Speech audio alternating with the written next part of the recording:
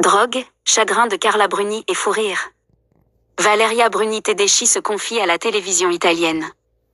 La comédienne et réalisatrice franco-italienne est l'invitée de l'émission « Belve » à la télévision transalpine ce mardi soir. Plusieurs extraits de l'interview ont été révélés en avant-première dans la presse.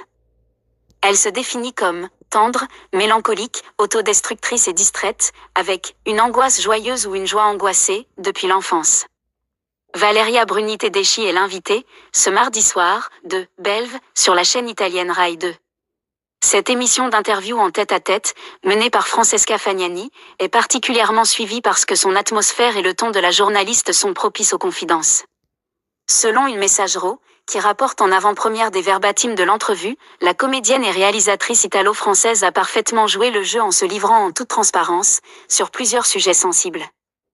Interrogée sur sa consommation de stupéfiants, elle a ainsi confié avoir essayé un peu de tout. J'ai fumé du cannabis. J'ai essayé la cocaïne, l'héroïne, j'ai essayé la MDMA. Quand j'étais jeune, j'ai essayé mais je n'ai pas continué, a déclaré Valeria Bruni Tedeschi. Lorsque son interlocutrice a évoqué les dangers de l'héroïne, elle a dit avoir trouvé cela incroyable, merveilleux. J'avais un petit ami qui était héroïnomane et qui est mort à cause de sa consommation. Une fois, je l'ai essayé. Et j'ai compris, a-t-elle poursuivi, expliquant qu'elle avait décidé de ne plus jamais reproduire l'expérience. J'ai dépassé le chagrin des autres.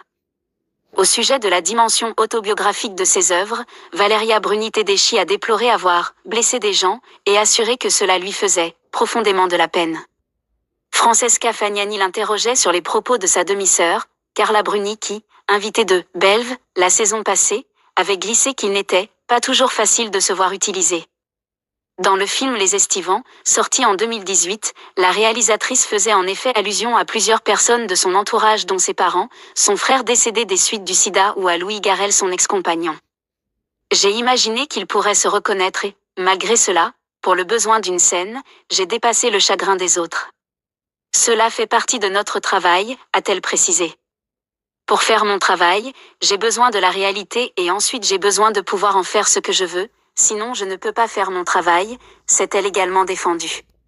Sur une note plus légère, l'interview a aussi été marquée par un fou rire de Valeria Bruni Tedeschi.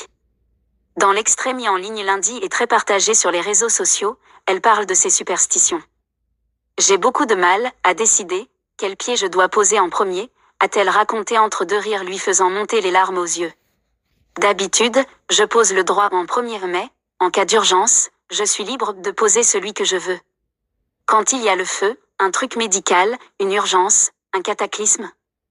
Je suis libre, a-t-elle poursuivi devant une Francesca Fagnani stupéfaite et hilare. L'intégralité de l'entrevue s'annonce tout sauf ennuyeuse.